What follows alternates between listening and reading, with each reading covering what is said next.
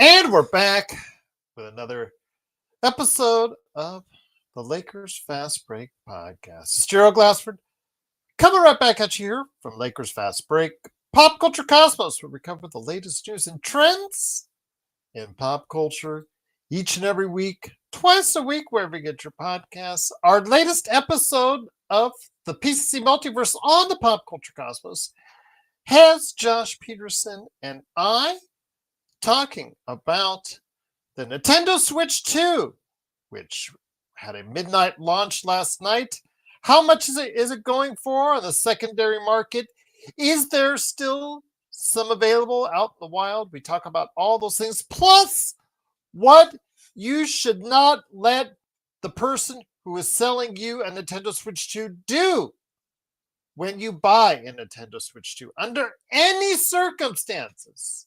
We mention it on today's PCC Multiverse, which we're going to go ahead and drop on Friday on every audio outlet and radio stations all around the world as well. Also, of course, I got coming up for you on the weekend, I do have an interview with TJ Johnson on the back end coming up for the Cosmos. It will be set up for you next week, where we discuss The Last of Us Season 2 and his thoughts there, plus a whole bunch of things. And also, all the stuff that went on in Summer Games Fest and the not so E3 period, that we're going to have a great conversation there as well, coming up next week for you right there at the Pop Culture Cosmos. Daniel Barry Sports Highlights is here. Yo, go ahead and check him out on his YouTube channel, Empire Jeff TV, covering the Lakers and Dodgers.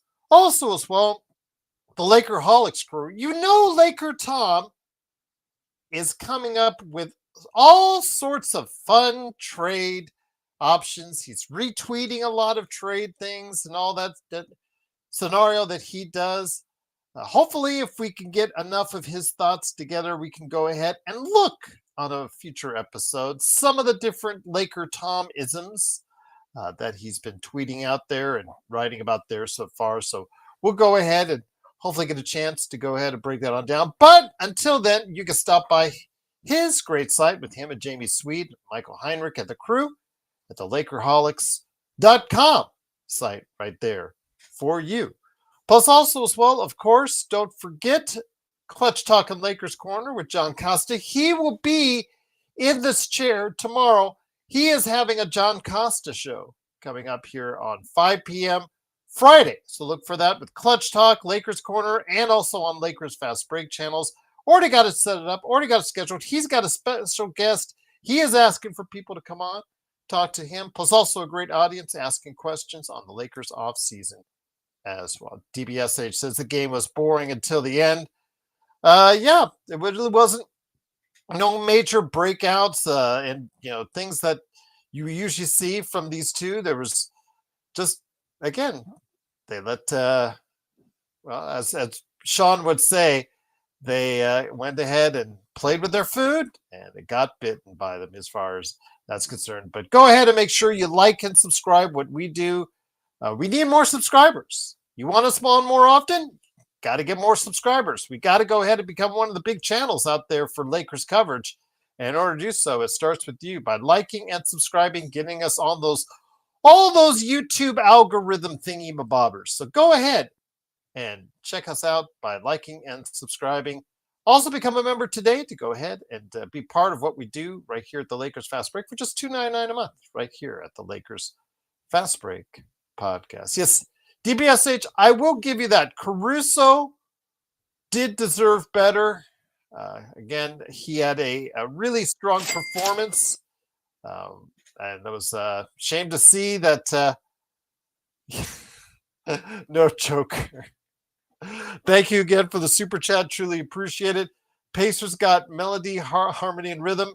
I believe that is a thinly veiled shot at Brian G on our playback. I was watching that go forth, back and forth, back and forth, back and forth as they were discussing their different musical tastes. I will just leave it at that. And I felt like in the old meme, like today in politics, just like standing back, being the Michael Jackson in the room, eating the popcorn, watching the fight continue. So yeah, it was interesting to see two different battles today around this world. One right there on our playback.tv/Lakers Fast Break channel. Go back and forth indeed. It was really good to see. But thank you, No Joker, for the kind and generous super chat. It is truly appreciated. Sports baby, a happy man tonight because the Indiana Pacers did what the Indiana Pacers have been doing, especially in game ones. They stay around, hang around within 20 points.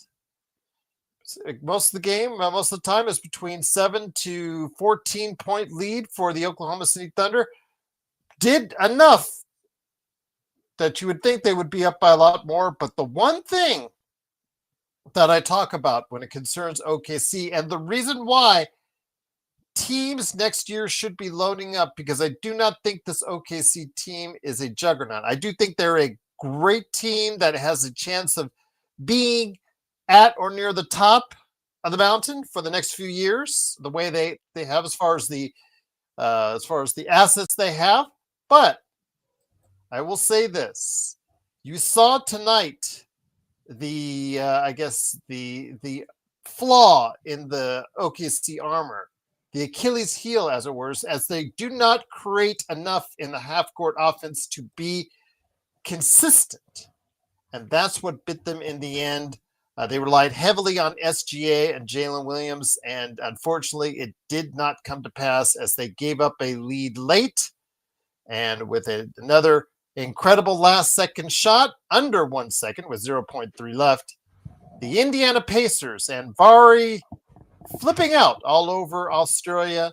They do take the victory tonight with a last-second victory. Again, the Indiana Pacers now lead the series 1-0 after a thrilling 111-110 victory. And here today to go ahead and discuss that, plus also as well our topic for the day. And I'm hoping Sean comes on because I got a really interesting question for Sean to ponder. Good man indeed. He and I do go back and forth on our playback.tv/Lakers Fast Break channel. But also, he had a great show. I watched the whole thing, Joe, from start to end. You were on such a roll in the Dodgers. I didn't want to go ahead and interrupt you. You only talked a little about the finals. This is mainly Dodgers talk, and it was very good viewing, as I say. My compliments to you. It is the Joe Soro Experiment, Joe Soro channel on YouTube. It is Joe Soro. Joe, good to have you here. Your thoughts on the game? Again, Indiana, they did not give up, even though they had a lot of turnovers. They did not give up that big spurt by OKC. OKC just could not put enough shots together to distance themselves enough. And Indiana, they stayed in it, and they crept back in little by little until finally Indiana broke through and won the game with less than a second left. Yeah, it was pretty consistent throughout the game until the last 3 minutes, really, that Oklahoma City likely thought, we only have 3 minutes left. We'll just keep doing what we're doing. Problem was they weren't making any shots. They weren't really getting the calls that they were getting pretty much throughout the entire game, which tends to happen in games like this because the refs decide that they change the rule books at the end of the game so that they don't influence the games. Uh-huh. I don't know how to judge this game. The first thing that came to my mind after the Halliburton game-winning shot was, is this a Philadelphia 76ers winning game one against the Lakers in 01? There was a lot of panic. I remember that whole 2 days or whatever days it was until the Lakers played game two against Philly in the finals. There was this, are the Lakers going to lose to Philly? You're getting that now. I'm not trying to compare Oklahoma City to the Lakers of 01, but at the time, I think people forget this. When you're in it, when it's live, when you don't know the results yet, that's the true definition of understanding what you're watching. You can't go back and look at that and say, yeah, it was an easy whatever. No, you weren't there. You didn't watch it. You didn't feel it after game one. You didn't feel it after game three. So I don't know how to really feel about this. That's the first thought I had. I don't know if it was instinct. I don't know if it was just kind of something random. But Oklahoma City beat Miami in 2012, if you want to use another example. I'll know, at least from my perspective, how this will play out and how Oklahoma City plays the next two games. Let's say they win game 2, which they're supposed to, and they do. They win game 3 in Indiana, and you probably get back to the normal setup of how this is probably going to end. So I'm going to give Oklahoma City a little bit of a reprieve until they give me a reason not to. Okay. All right. Nick T is just putting out there just some of the dumbest statements again. Absolutely. Funny. OKC wins 80 games, and he says SGA taking all the shots is a problem. Then he says Halliburton is the only pure point guard in the league. And I'm like, man, Nick T, you have no clue. You have absolutely no clue. What's a pure point guard in today's NBA? Exactly. I just like, you know what a pure point guard is? A distributing offensive setting point guard, which the NBA doesn't necessarily have those anymore. I don't really look at any point guards now. Steph Curry has been put in the category of a point guard, much like Tim Duncan has been put in as a power forward, even though he sits more like a center. But I think it's more validated that he did play point. Tim Duncan was a 7-foot point power forward. Now Steph Curry got good handles, great handles, and can shoot, and is considered a point guard.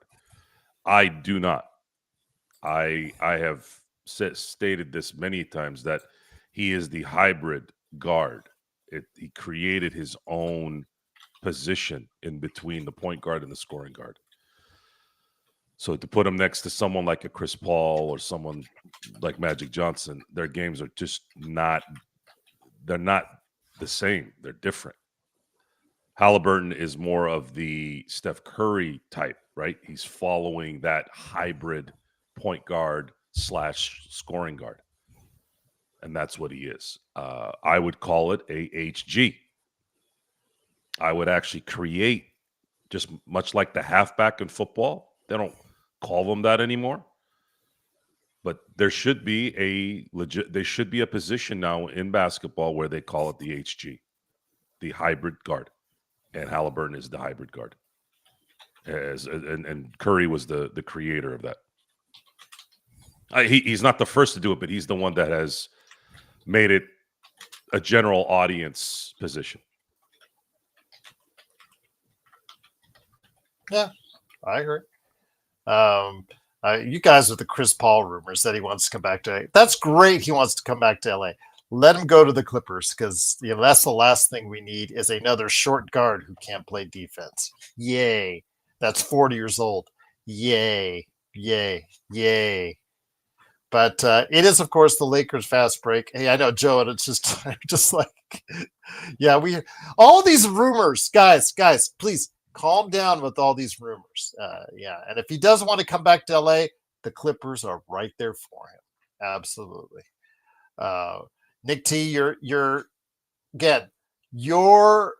continual defense of this and how you love the fact that you would like to transport yourself back to the 80s as a basketball fan, unfortunately, it's not going to fly with us. You're like beating this dead horse, and nobody is actually caring what you have to say if that's the case. Because again, today, Oklahoma City had several chances to win, not just SGA, but Jalen Williams, and they didn't get the job done. Alex Caruso, Joe, played his heart out, changed the dynamics in many ways and forms during the game, and his other team lets him down, which brings me to my conclusion here.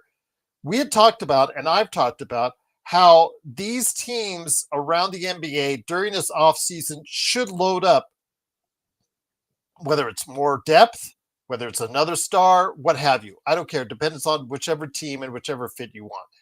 Because OKC is not, as I stated before, infallible. We saw tonight, despite the many turnovers they got, despite the defensive lockdowns at times, they are their team, their offense, their half court offense just eludes them at times. And really, it's this case, it's this vulnerability that I see an opening for teams next season, Joe. Well, this is not. I'm not putting this only on the major sports shows and their consistent.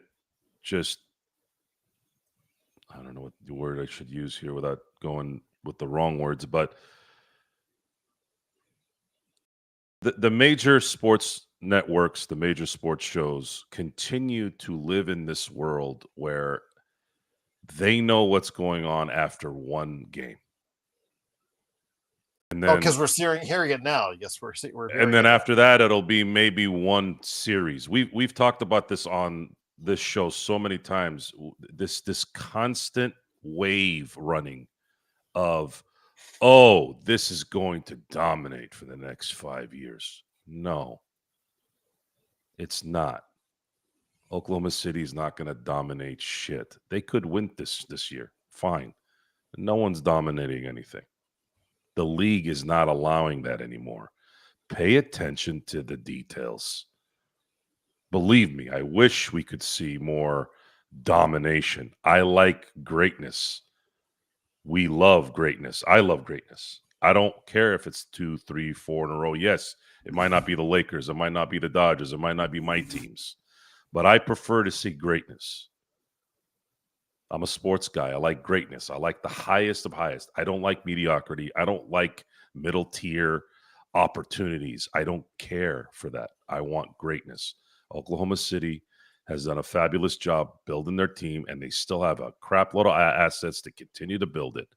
But everyone needs to get off whatever the hell they're on with this constant year in and year out.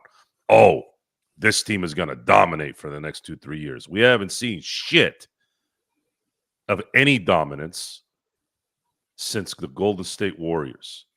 And the Golden State Warriors even wouldn't have dominated if there wasn't a perfect crack to where they could go acquire Kevin Durant and become virtually impossible to beat.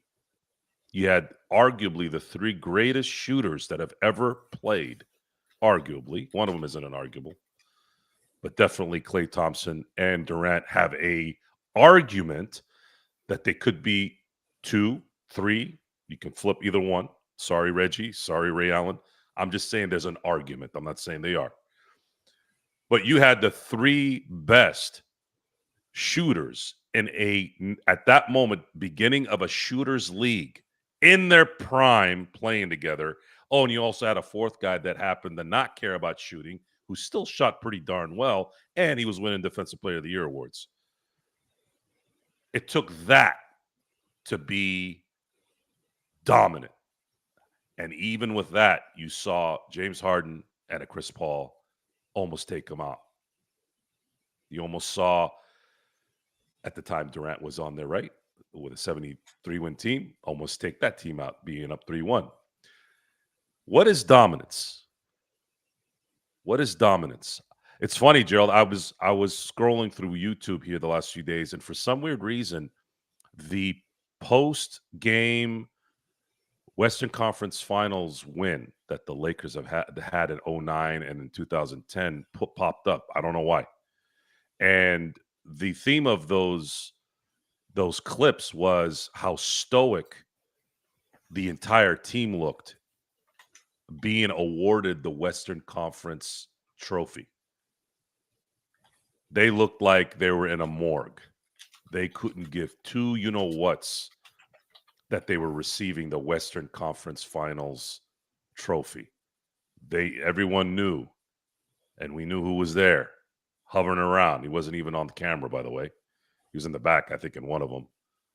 But they all knew what they all knew what they were there for. They were there for the next one.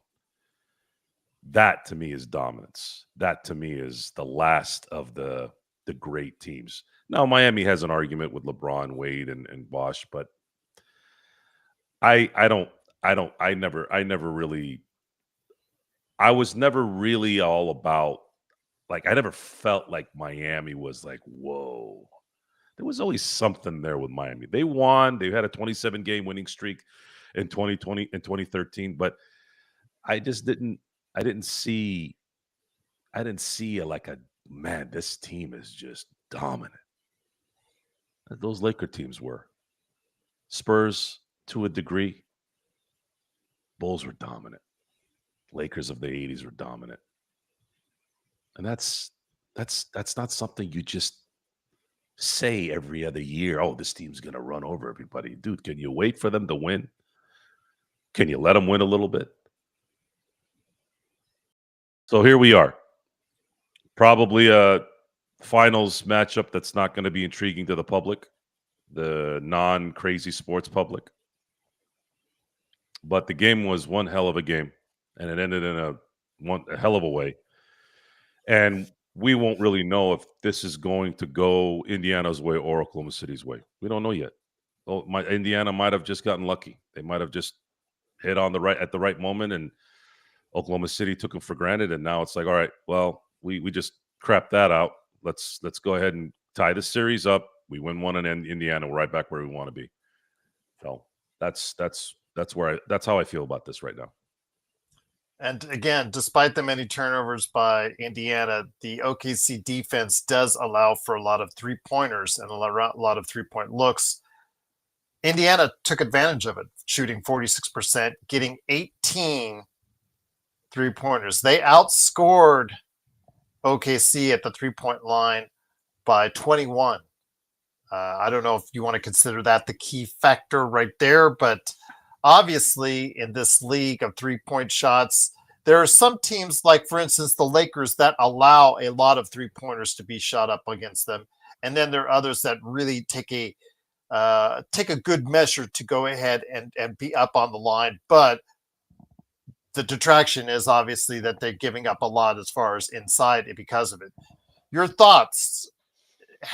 We've seen both ways. We've seen defenses that one either go ahead and guard out on the perimeter and try to prevent good looks at threes, and the other way where they pack in the paint and give teams, especially on the wing, a lot of easy looks at threes. Your thoughts on how you would approach it in today's modern basketball? Well, the issue in this game, I don't know if it's going to continue because Carlisle exploited Dagnott tonight. He exploited him a little bit. Yes, they do, JY. In other words, yes, they do have. Because when you look at you went ahead and put a lot of money towards Hartenstein. Granted, it wasn't too long term, but you did put money, and you felt you needed something there to put at the center position with someone who's coming into his own, and Chet Holmgren at the power forward position. And what happened tonight was they played okay, especially considering it's their first finals appearance. Nerves probably played a part, and matchups and whatever, right? I'm just kind of throwing maybe an excuse there for them. But if Oklahoma City wants to win this series, they're going to need to use that size to their advantage. Otherwise, now they're just playing small ball against an Indiana team that has been known to score out of their minds. On that note, Isaiah Hartenstein was taken out of the starting lineup. Kason Wallace would put in. Kason Wallace was a -13. Yes, and the when I saw that, I don't know how I it's easy to say it now that it might have been a mistake because they lost, but was it really that bad when they were leading in double digits practically for 45 minutes of the game? See, that's where you got to watch the game. I was watching the game, but I wasn't. I can watch basketball and hear it and watch and then kind of do things as I'm watching and still be able to kind of understand what's going on. It's just, when you've watched, I don't even know. What would you say that we have watched probably over 5,000 to 6,000 games in our life? At least, right? So at some point it becomes a sixth sense. You can hear pick and roll. You can hear press coverage. You can hear trap. You can hear, oh, he missed a free throw. And then you can still kind of see the game as I'm doing work or I'm maybe talking to somebody on the phone or whatever, right? So as I'm watching and gauging and engaging and not engaging throughout the game, you started noticing that there's kind of this. Is it just is Oklahoma City just like, we're here, we're up double digits, just keep doing what you're doing and we'll win this game. The problem was Carlisle did some things and said, all right, now it's time to start maybe putting some pressure on them here towards the end so we can start doing things. And what happens there is when you have nothing to lose, you're not thinking as much. And they started making those shots. And Oklahoma City kept leaving Laker Tom's favorite player of all time open. And then that's when I start clicking. Like, okay, at what point is this team going to stop giving Miles Turner wide open threes? This guy can hit those. And that's what ended up hurting them. Or it could have been just maybe they were running better sets. Maybe Oklahoma City got tired because they were playing pretty good defense, forcing those turnovers. But in the end, it's about shot making at the right time, something that the Indiana Pacers have continued to do. So this is not a surprise in the respect of the fact that this is how they've been winning these games. So this isn't an anomaly.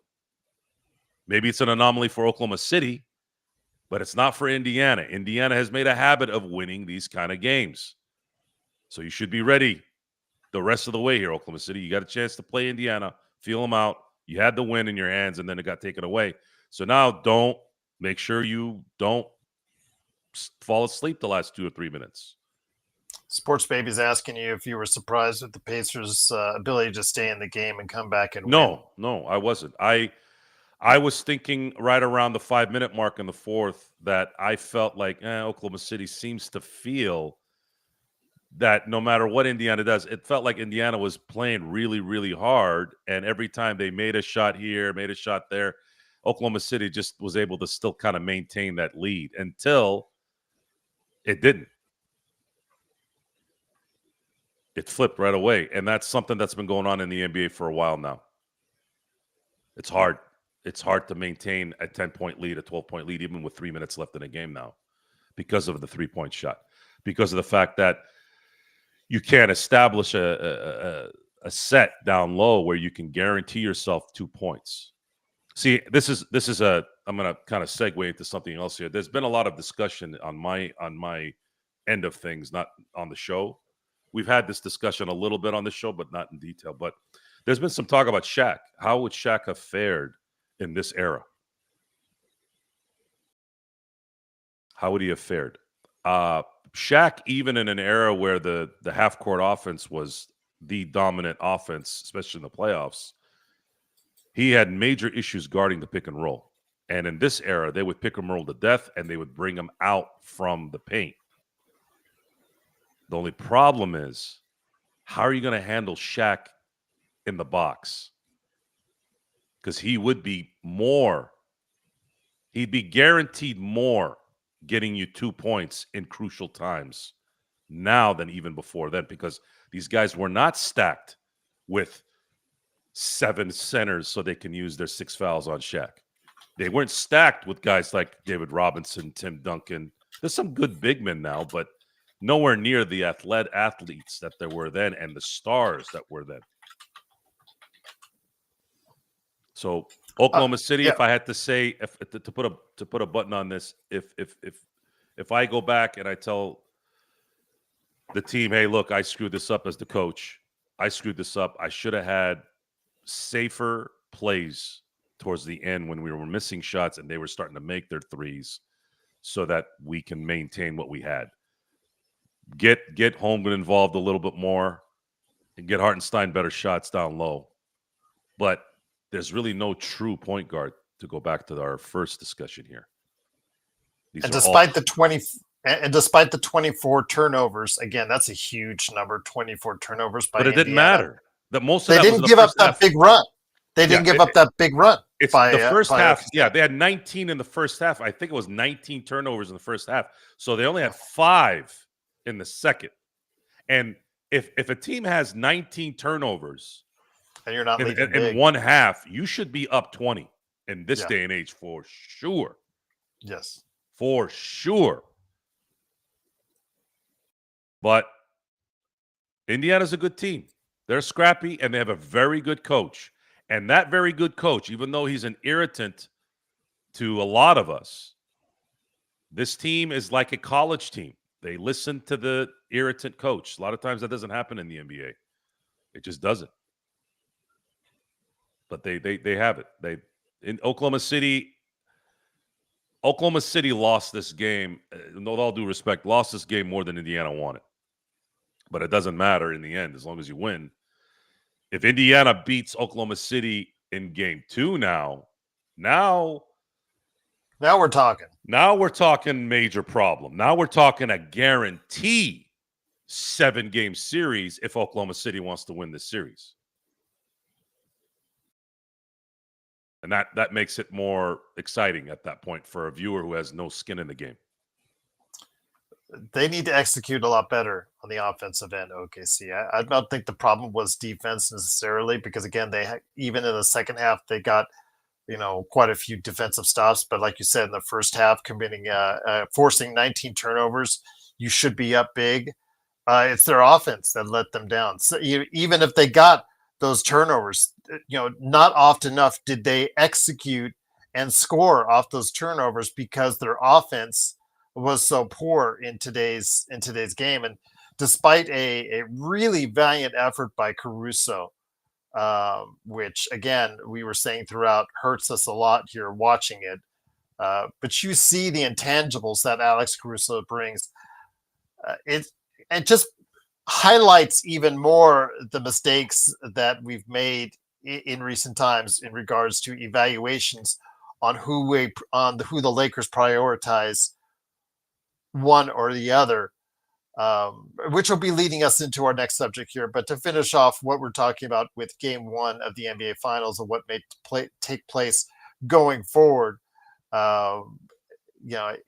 OKC, and to Nick's credit, they are a little bit reliant on Williams and also as well SGA, which, again, Joe, could be their undoing. Williams has got to execute a lot better. SGA, 38 points, that in itself, you become maybe a little bit reliant on that, but he's giving you what this team should need to win. But Jalen Williams going 6-19 again, he is the number 2 player, Joe, on that team. And him going like this has been a barometer of how OKC is done in the playoffs. And he's the factor here. It adds to this exaggeration of talent in the NBA that's gone on for years. Anytime someone has a good week, a good year, a good playoff run, a good series win, they win a championship, all of a sudden we have to hear, oh, is this guy great? Is he the greatest this? Is he the greatest that? When you do that, you marginalize what the word great really means. Great, Hall of Famer. Hall of Famer has taken a huge hit. For God's sake, Scott Rowland. And I'm sorry, Scott, if you're listening. Sorry for you, Scott Rowland fans and people in his family and his friends. I'm sorry, but Scott Rowland is not even close to a Hall of Famer. He's not. I'm sorry. I never thought twice. Scott Rowland is a good baseball player. A Hall of Famer? I'm still in shock that Tim Raines got in. I watched all these guys play. You marginalize great. So when you see guys that have a good week, a good month, that are athletically freakish, Jalen Williams, doesn't matter who it is, and you call them great, you insult the great ones. The great is only for the very, very few. The people in the NBA, 98%, in my view, of the NBA is at the top, very good. That's it. Very good to go, and then you go down to good to okay to you know what. And that might even be too much. Great is only reserved for guys like Jokic, guys that are like Giannis. We're talking about multiple MVP winners, guys that have been playing for a decade. Would you say Derrick Rose is great? He won an MVP. He won 2. You want one? I thought he won 2. No, that's Steve Nash who won 2. Okay. So this team, Oklahoma City and Indiana Pacers, they are very good teams that happen to be playing for the championship. And that's kind of how the league played out this year. And in a lot of ways, sort of played out like last year. Sort of played out like the year before. I'm noticing that there's a lot of very good teams that are getting to the finals. There's no really great team anymore. They've marginalized it. And I think we're going to have to get used to it now, right? So just enjoy the game. To me, Shea Gilgeous-Alexander is on his way to being great. He's still not there for me. Tyrese Halliburton, very good player. Very good player. And that's about it. That's about it. And none of these teams are great. They're just very, very good, and they happen to be playing in the finals. Denver, with Jokic, they had an opportunity to be something in 2023. They had good depth, good team guys.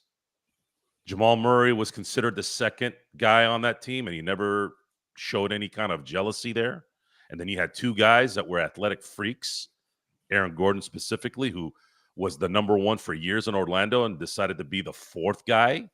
When a number 1 guy decides to become a 4th guy on a title team, that usually means they're going to win more. Look at Iguodala when he went to Golden State, right? So we thought Denver was going to go a certain way, but they had one bad quarter last year against Minnesota, and they couldn't close out Oklahoma City, and that's how close it is now. So Denver is not really a great team.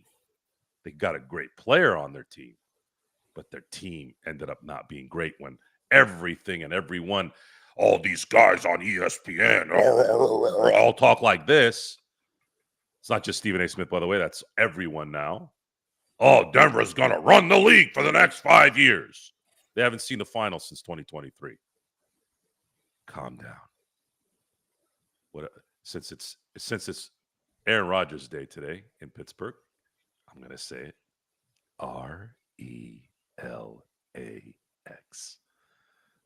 And by the way, everyone's going crazy in the wrong way.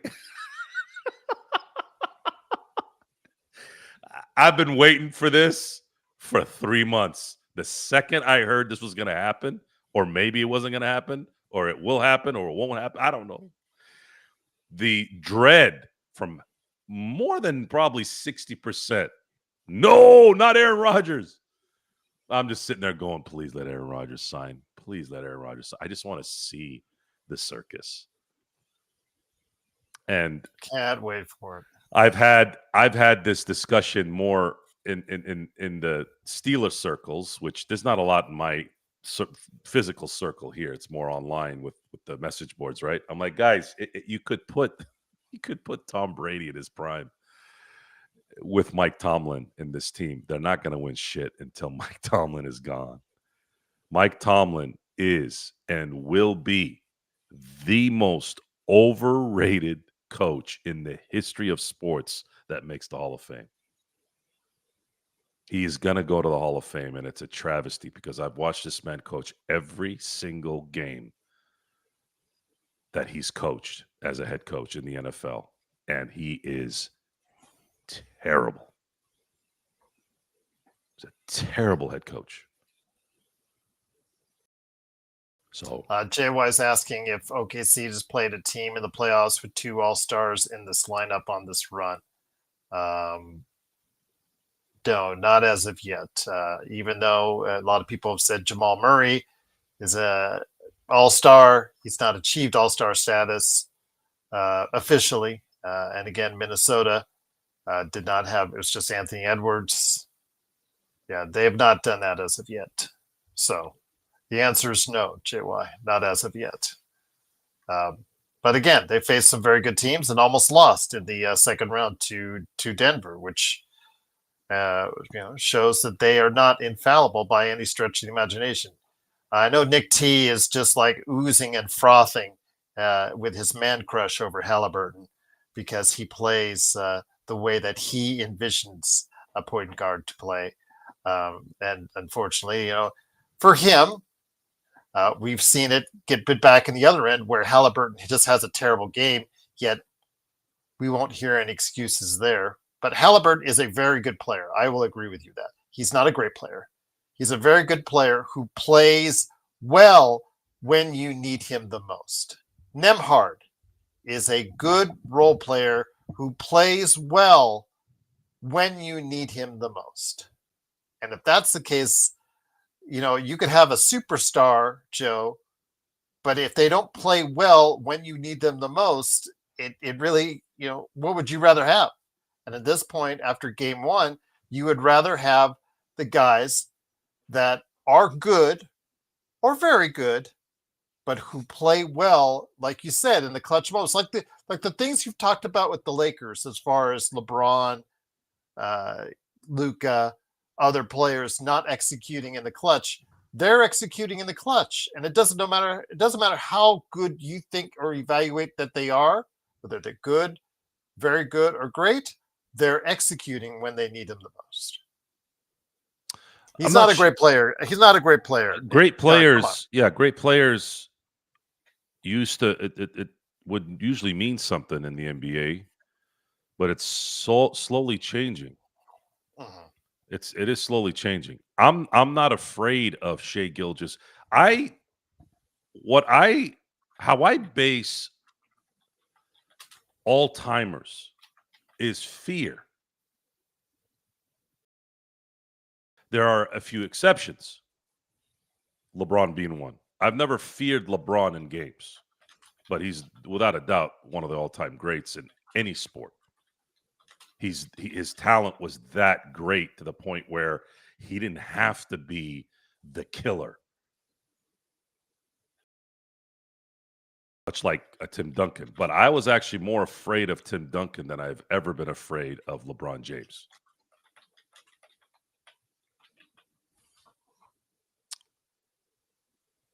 I don't know anyone in the NBA right now looking at things as of right now. I don't know who I really fear when the Lakers play that player. I don't have it. Maybe it's just the way the game is played now, and maybe that plays a factor. Not even Jokic? No. No. Okay. No, I have not feared Jokic. Even with them whooping the Lakers in those two series, I always felt that it was the Lakers who weren't capable of doing what they needed to do, more so than is Jokic going to be that guy that's going to take it away from a team that's busting their ass and killing themselves to win. Does that make sense? So yes. I was afraid of Michael Jordan. I was afraid of how the Celtics played when they were good and the Lakers were playing them. You were worried about the Paul Pierce hitting shots and going off, right? That's the stuff I feared. Tim Duncan, to a huge degree, was afraid of him because you couldn't get in his head. And if you watch the Game 6 of the 2003 semifinals, he absolutely went to LA and gave both Shaq and Kobe the business in their own house. That's scary. That was scary. You could see it develop. You're like, oh, Tim Duncan's taking this out. I don't fear anybody. And when we were talking about Shaq coming, how would he fare in this era? Well, it's easy to say you'll plug in Michael, you'll plug in Shaq, you'll plug in Kareem or Magic in this era and blah, blah, blah. But what you have to do is you have to be realistic if you're really going to play that game. Shaq doesn't become Shaq if he was born in 1990. or 2000. He would have 100% been taught how to shoot instead of dunking. So Shaq would have never existed in this era. More than likely, at least not from what we saw of him during his career. That's why that argument is always a stupid one. Well, if Shaq was playing in today's game, Shaq wouldn't be Shaq in today's game. Now, you want to talk about Jordan? You want to talk about Kobe? Those guys would have adapted today's game. They were too good. And not just them. Guys like Bernard King, guys like Alex English, guys that a lot of people don't know, but were great back then too. Very good, I should say. But would Jordan and Kobe have their killer instinct the way they were if they were born in 2000 and grew up in this era? The answer is likely no. Who's a killer in the NBA right now? Who has a Mamba mentality? Jason Tatum talks about it, but he's not Kobe. He's a nice guy. He's a kind-hearted guy, very good, respectful guy. There is no one. Those guys are gone. And I don't think they're ever going to come back. I don't think anybody's going to come back. When we talk about the early 2000 Lakers, especially the 01 team, when it was Fish starting at the 1 at the end of the year, it was Fish instead of Ron, Kobe, Ori, the finishing lineup. Shaq, Ori, Fox, Fisher, and Kobe. That finishing lineup was mean. So you're saying in this Indiana team, let's just put that backcourt. Nembhard, again, a good player, solid role player, plays pretty good defense, but loves the big moment and the big spotlight. Halliburton, he has been invisible in 12 games this year, scoring less than double digits. Coming up to that last second shot, he had only 11 points in the game. It had made not that great of an impact on the game, but lives up to that moment. Those two guys, again, Nembhard, obviously we know from personal experience with the Lakers what he has done, but he has played well in playoff moments. But Halliburton himself taking those big shots, you don't think that even Halliburton himself, despite whatever he does during the entire course of the game, doesn't like to live up that moment, doesn't like that Mamba mentality? There is that aspect of it, of course, but because he loves taking that last second shot. Despite our arguments great. with Nick Tion on it, he loves that moment. It is. But I don't feel it. Okay. And maybe I'm out of touch. Uh-huh. Maybe I'm scarred already with it, and I don't really feel it anymore. I don't fear any NBA player in today's NBA. When my team is playing against somebody, I don't fear. Even with Jamal Murray hitting those clutch shots in the playoffs, I wasn't afraid. I don't feel it. Steph is another one that people are afraid of because he can hit a shot from anywhere. Damian Lillard had it too. A guy who can shoot from 25 feet and swish it, that's a scary player.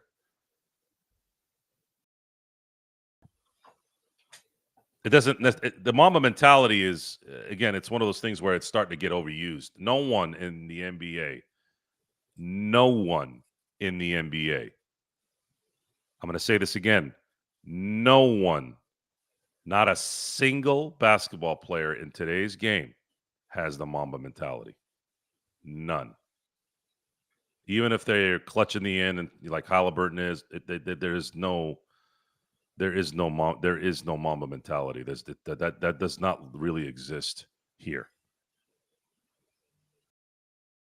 It's not to support Kobe in that and say Kobe was unique. No, it's not that. I just don't.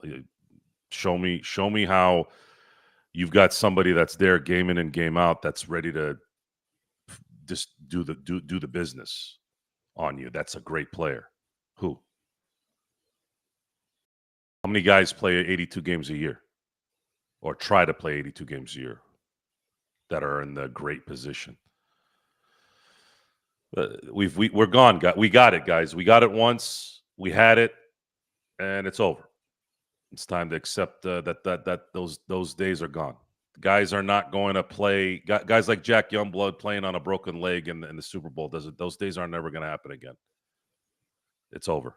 It's we have to embrace the fact that these guys dress like tulips off the court and play like the present day basketball player. Once again, it is the Lakers Fast Break. It is Joe Soro of the Joe Soro channel on YouTube. It's me, Gerald Glassford. Thanks again for watching and listening. If you're new here to the show, please like and subscribe. It really helps us out here on the channel. Really helps give us a chance to grow into the fact that we are the leading Lakers channel that's out there. And let's go shift from game one, the finals. Game two will be up on playback.tv/Lakers Fast Break coming up here this weekend. So looking forward to that. I want to ask you this in regards to the Lakers. Most analysts have perceived this year's draft as a good draft. Not great draft, but pretty good draft. There could be a lot of players who could be strong out there as far as rotation players. I think next year is going to be thought of as a little bit more top heavy, meaning that there's going to be a lot of players who can contribute more at the top end of the draft, but maybe not so much at the other sections. This year's draft seems to be, even with the 30 or plus or more individuals who decided to go back to college basketball or back to Europe, there's still a lot of players that they think can make contributions in round one, round two. Your thoughts on this, Joe? Is it conceivable that the Lakers, who only have, as of now, a pick number 55, might make a move to move up in the draft either in round two or possibly even round one?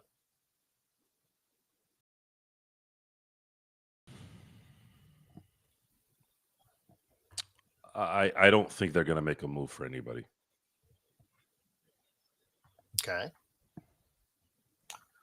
Well, let me ask you this. Let me rephrase it, because this is the question I wanted to ask. Would they trade future second round pick? Well, I was going to ask this. To move up? Is that what you're asking? Well, let me ask you this. Let me throw this at you.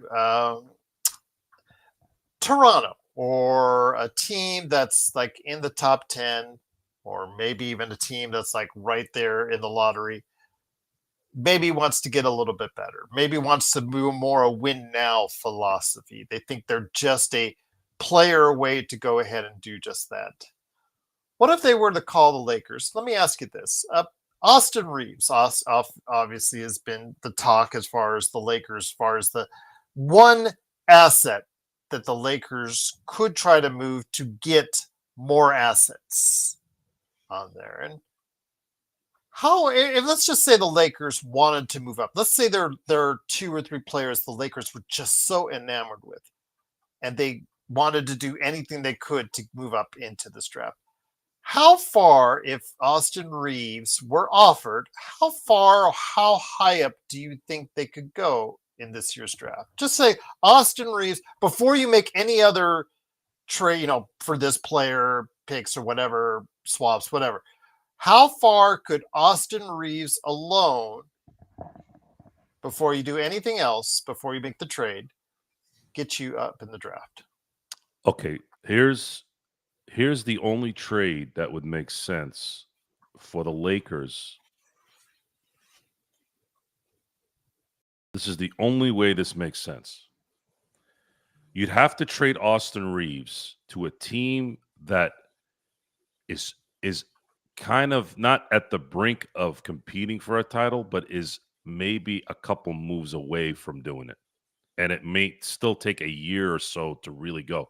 So what team in the lottery area is like that? You have Houston and you have San Antonio. Now, Well, you can say Dallas. You can say Dallas too. Yeah. But Dallas is not going to trade the first pick, obviously. But looking at Houston and San Antonio, Houston has the 10th pick, and San Antonio has a second pick that's at 14. So if San Antonio called and said, we're going to give you the 14th pick for Austin Reeves. And if the Lakers, I don't know what they're doing in scouting players out there, but if there is a player that they're like, dude, if we get this guy, he's totally out of everyone's radar, and if we get this guy would be the perfect player to play with Luka in 2 or 3 years. That would be the only way that deal happens. But I don't feel like the Lakers have that kind of. Well, let me just ask you this. Okay, humor me. I went a little Laker Tomish. Again, you guys, before you say I'm crazy, this is just a what if. To see how far this could go, as far as how high up you could go. Toronto is a team that has a lot of payroll, has not had a lot of success, but feels like with their core and that Ingram move that still befuddles me, they think they're a more of a compete now contender. And especially in an uncertain East with the injuries involved to Milwaukee, the fact that they're really looking like they're going to go off the deep end here, Boston and their issues.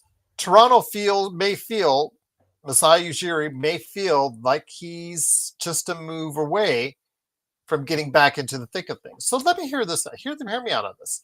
I did a package deal where I was thinking Austin Reeves and Gabe Vincent to Toronto.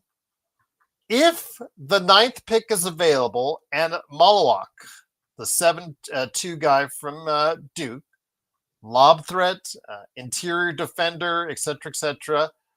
Let's just say you traded Gabe and Reeves for what would work out money-wise would be something similar to the effect of, I think it was Jakob Poeltl, your favorite guy on the Toronto Raptors team, Grady Dick, and a first rounder. Would that be of interest for you if Malawak was there at number 9?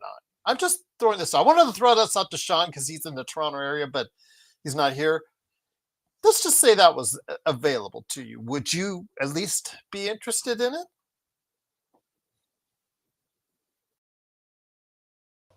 No. Not in today's NBA, no. Because he'll get played off the court. Centers in today's game, unless they're Jokic, and even Jokic is not really. He's spending more time at the elbow. I don't think investing in a center in that way is something that you should do. Okay, because he's the only guy with size at that near the top of the draft. I don't see what that would do. The Lakers with a Luka centric team once LeBron leaves has to be a team that's in a lot of ways built like the Indiana Pacers. Imagine Luka on Indiana right now instead of Halliburton. Well, I'm sure that would please Nick to no end. They would have been favorite to win. Halliburton is a very good player, but Luka's a couple notches ahead of him. I agree. So what you want to do is you want to follow that path. You want to get a big that can move around, not somebody who can block shots and do all that stuff. That's great during the regular season, but that's a detriment usually in the playoffs because they'll just spread them out. If you have a backup center that can do that stuff, that's fine depending on matchups on whomever you're playing. Maybe they have bigs that they use more, whatever. But even with that, they're drawing everybody out. Doesn't matter how good you are down low. Look at Zubac. Zubac is the traditional big. He gets all these rebounds. He's dropping 20 points, but the Clippers are not winning with that, no matter how hard they try. 7 games with Denver. And a lot of that was because Jokic, he had to guard Jokic. If Jokic is out there, that's fine. Facilitated him being out there as well. Right. But you're talking about a guy that's been there for, 6 years now? It's not. I'm not dogging on Zubac. It's just a different league. It doesn't matter if a big drops 20 and 20 anymore. So the Lakers making a deal like that, I don't. Lakers barely made those kind of deals when they had Jerry West. The one time they did do something like that, they got Kobe Bryant. They just won't make deals like that. They could trade up in the second round if they have the assets to send for a player that maybe they feel might be a difference maker. But Lakers have not shown me that they are that equipped in that department. They're equipped at finding diamonds in the rough, but nothing calculated in the draft. Dalton dropped to them. That wasn't something where they were like, ooh, we're going to wait for Dalton to drop and then we'll be ready like he will. No, that was just he dropped. Oh, well, we're going to get Cadet because he could be a top 5 player in this draft. And for some weird reason, he dropped 17. And then we ended up finding out why he dropped 17. So, yeah, short answer there is not likely that anything's going to happen here. I think they're going to pick best player available, and we'll just have to live with what that is. And it could be somebody good because that is one thing that they've been pretty good at the last decade is finding some good people in the second round that isn't manipulated by LeBron. Brian says, no defense, no bigs, no good takes from Joe. Ooh. Okay. So harsh words, Brian. I mean, that's his opinion. And he's right to an extent. There is the 5-out mentality on offense. But OKC did have virtually the entire game a big in there if it was Chet Holmgren. And he's a big. Miles Turner was out there quite a bit. But you saw at the very end, Miles Turner was taken out of the game so that Indiana could go a little bit smaller. I'll let you comment on that just a sec, Joe. But Nick T, thank you for the super chat. Much appreciated. You knew he would say something about it when you mentioned it. If Luka was Indiana, they wouldn't play the same Joe because Luka's too ISO. Knicks would have beaten Indiana. It's easier to guard ball dominant Luka. Yeah, you have both. You have the feuding individuals in our playback. Brian G and Nick T both talking some smack to you. Wow. All right. Luka would adapt to the team. Luka becomes an ISO player because he has to. Jason Kidd is one of the worst coaches in the NBA. Usually you see a lot of that ISO stuff when you have a coach that doesn't know how to devise a plan. Rick Carlisle is not one of those guys. Even though he is an irritant, if you do find a team that will listen to him, he's actually pretty damn good. Probably one of the best coaches in the NBA. JJ Redick wasn't able to do a lot of things towards the end of the year because of circumstance, because of who else is there. Rookie season, whatever. But we'll judge JJ Redick here the next year or two to see if he's equipped to be a coach in the NBA. Still need to give him some time. And no jokers. The Lakers do need a center. And they do need a center that will be able to block shots and do those things. However, the deeper you get in the playoffs, the more you'll see what you saw tonight.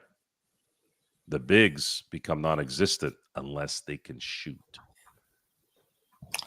So that's what Frank was asking. And man, they're Nick T and no joker taking shots at you still. But Frank was saying that he is asking you if a center needs to be able to shoot threes now. We even saw Thomas Bryant get some minutes on the court, and he was shooting threes and connecting in both the last game and this one as well. So if you're going to say that somebody's wrong about something and then you see exactly what that person said happened, how is that person wrong? Mm-hmm.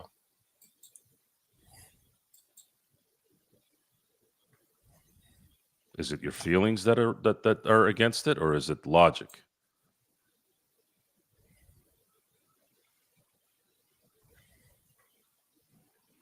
Just saying. Okay. Nick T says he got a brain aneurysm with that statement.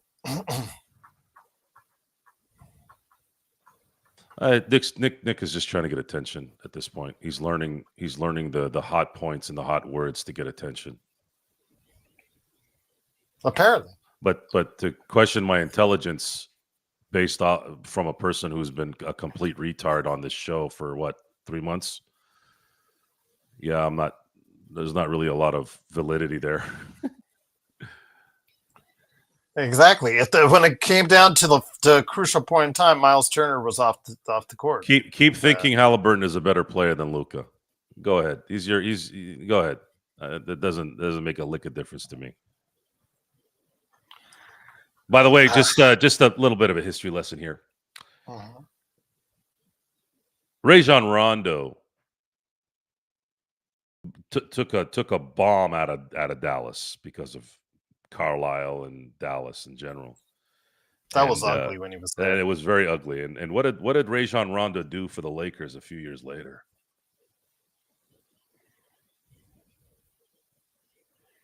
Oh, and I'm saying he was an integral part too. He wasn't a standby guy. He was hitting threes like he was Reggie Miller in important games.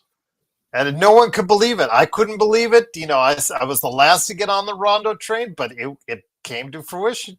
And he kept hitting those big shots, Joe, and you got to give him all the credit for doing so. Mm-hmm. So, yeah. Okay. Yeah, keep thinking Halliburton's better than Luka. Go ahead.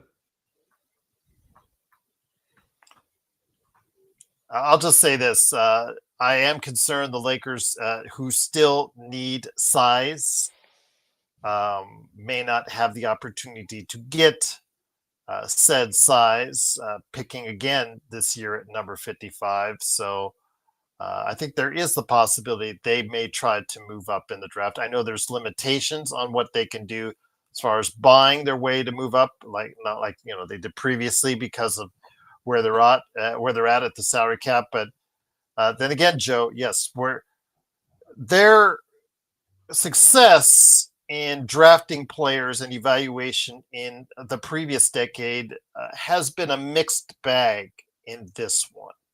And I'll leave it at that because, for every success you got with the undrafted success of Austin Reeves, you do have middling success and mixed success in a lot of other places. JHS, where's JHS at this point? He'll be trying to battle for a summer camp invite, a training camp invite at Summer League this summer because of it.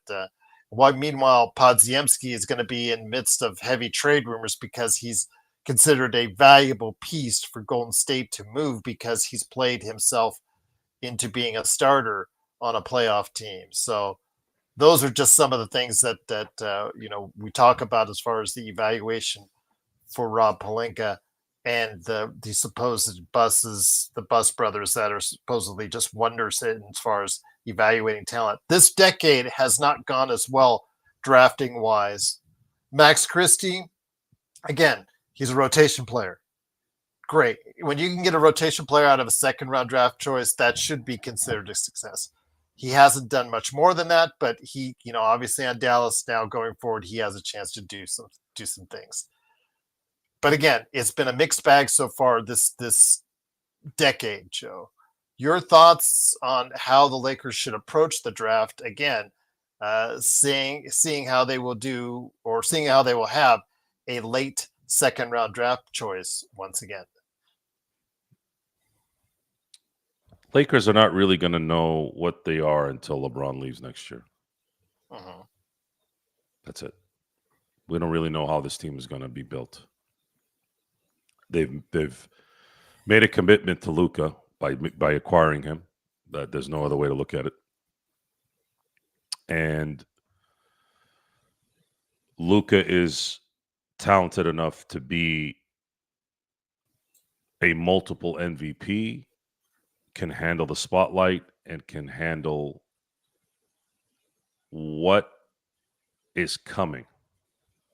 The pressure, the constant stress of being the LA Laker, being the guy that's making sure the team is competing.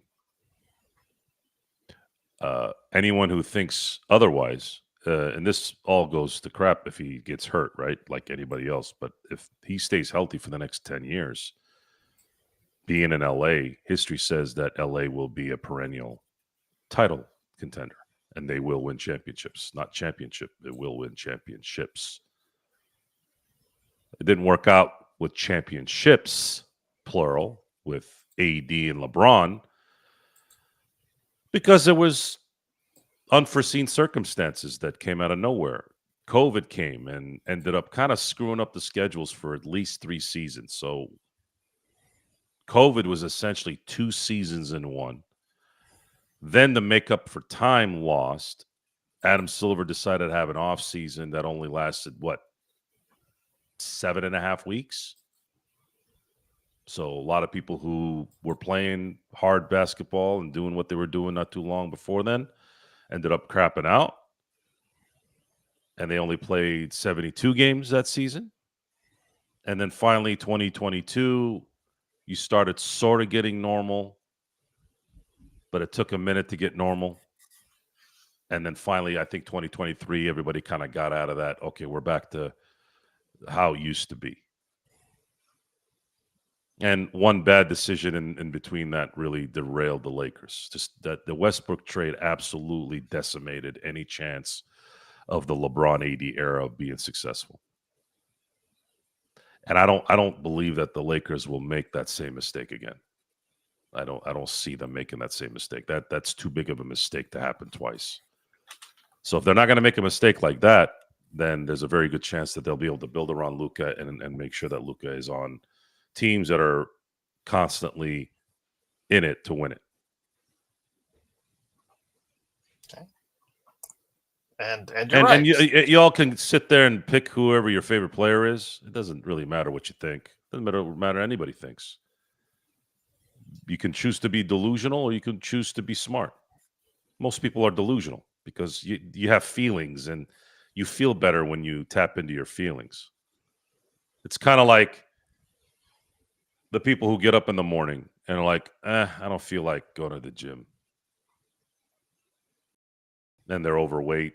They're pre-diabetic.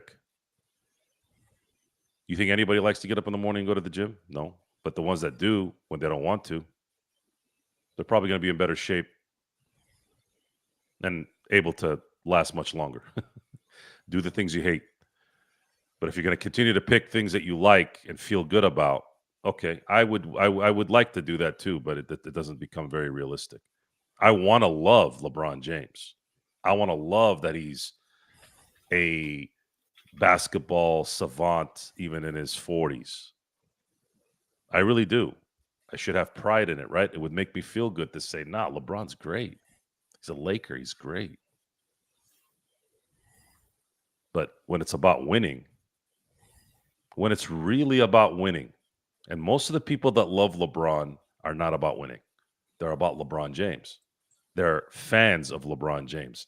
I am not a fan of anyone. I admire and like Kobe Bryant, Magic Johnson, Michael Jordan, but I would be a Laker fan if Kobe never wore a jersey that said Lakers on it. I would be a Laker fan if Magic never wore the jersey. I'm a Laker fan. I'm a supporter of the team. I care about what the team does. That means winning.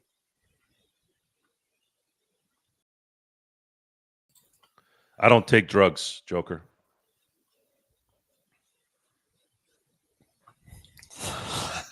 I don't do drugs. Drugs are for the weak. Guys are killing me out there. All right. But it is, of course, the Lakers Fast Break. Cannot thank you enough for stopping by, catching us on the Lakers Fast Break channel. Please like and subscribe. Again, for our playback viewers, Game 2 is set for a Sunday. So, again, it's many days off. Oklahoma had several days off. And guess what? They're getting more days off to think about what happened for them. So we'll see what happens on Sunday at 5 p.m. And then Wednesday, Friday. Yeah, just so many days off after seeing so much action and flow almost every day in the playoffs. We're now come to a crawl as we wait for this series to continue. Best League says, Joe, if LeBron wants to stay with the Lakers for 3 years with just $30 million per year, would you be more open to that? No, I don't want LeBron on this team after next year. There needs to be a philosophy shift. Read up on when Montana was replaced by Steve Young. Read up on when Andrew Luck took over for Peyton Manning. So there needs to be a complete change. It's not whether it's the right. LeBron is not going to get better.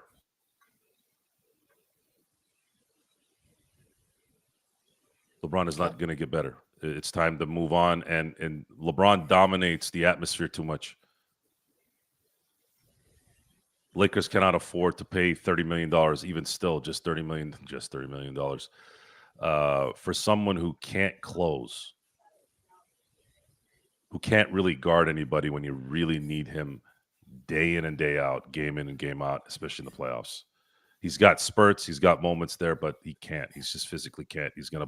He'll bust a tire, which he did. His groin busted again this year, and that likely played a big part in what's going on, and it trickled down to his knee.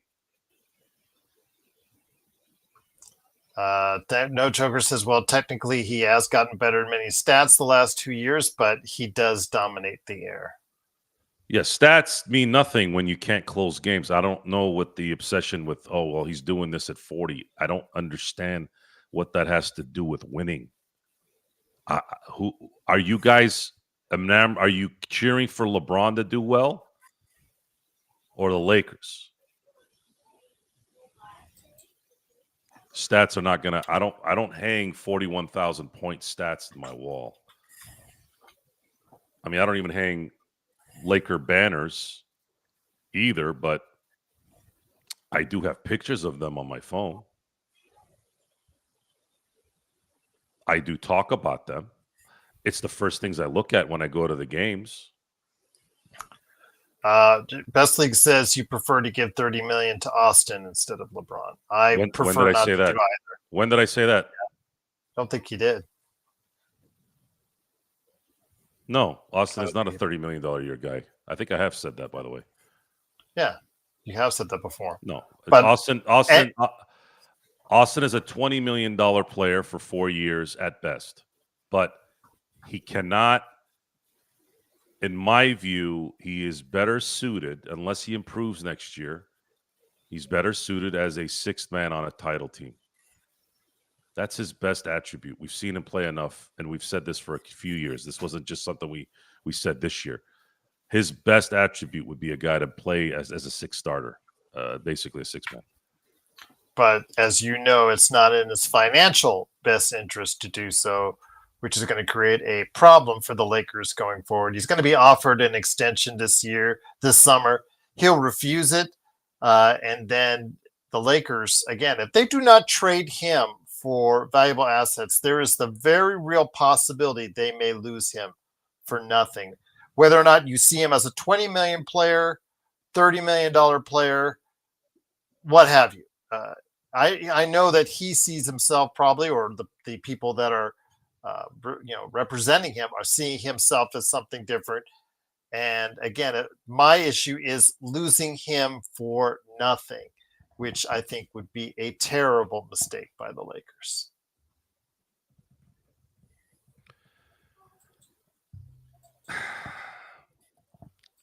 I'm not worried about Austin Reeves. I'm not worried about Rui Hachimura. I'm only thinking about one thing right now. How is this team going to build around Luka Doncic?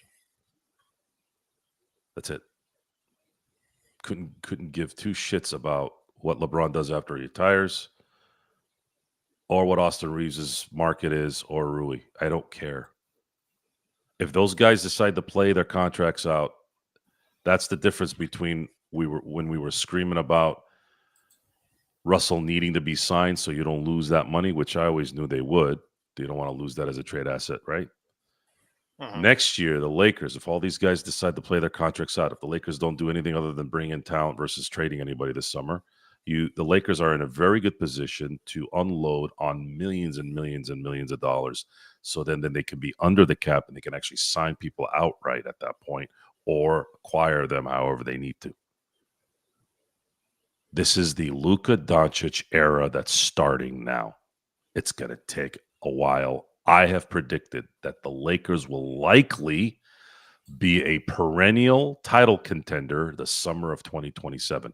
They could still compete next year and the year after, but I feel they'll have enough time between now and that summer to really have the right team around Luka so that he can go, okay, I just turned 29.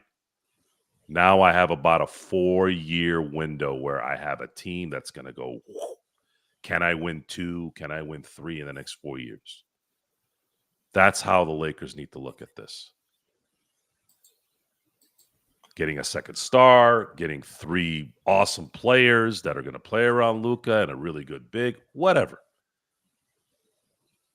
We know the Lakers aren't going to do what Dallas did. Make a mockery of their own star, embarrass their fan base, embarrass the city with their hooligans behind the scenes. Maybe that's one thing that we do have to give credit to the Lakers about. As much as a bunch of jackasses that are hovering around there, at least They do protect their stars. Yeah, at least they didn't do what Dallas was doing, treating their secretaries a certain way or whatever, right? Mhm. Just saying. And on that note, it is the Lakers Fast Break. It is Joe Soro of the Joe Soro channel on YouTube, also as well the Ox Experience that you can go ahead, the Experiment, the Experiment, Joe Soro Experiment channel on playback and on YouTube. Go ahead and check him out today. He had a great show last night. If you want to hear his thoughts on the Dodgers, who won today, I'm sure he'll have one coming up in the not too distant future. He did have comments earlier on, of course, Aaron Rodgers heading to Pittsburgh. Well, I'll put a button on this with Aaron Rodgers. Okay. We did talk about a little bit about a half hour ago or so ago. Aaron Rodgers is gonna come play for a year, and the Steelers are gonna see what they can do, and maybe hope that Will Howard becomes something. Which history says Ohio State quarterbacks don't.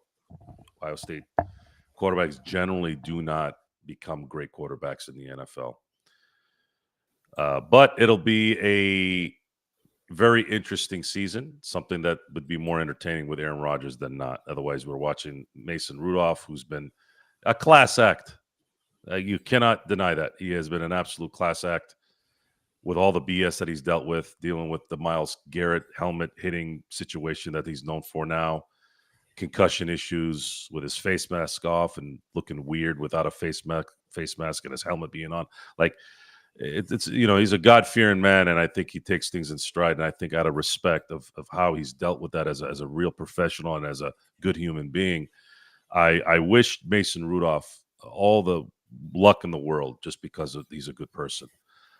Whether he's going to be finishing this year as a starter, we don't know. But Aaron Rodgers is going to be there to play.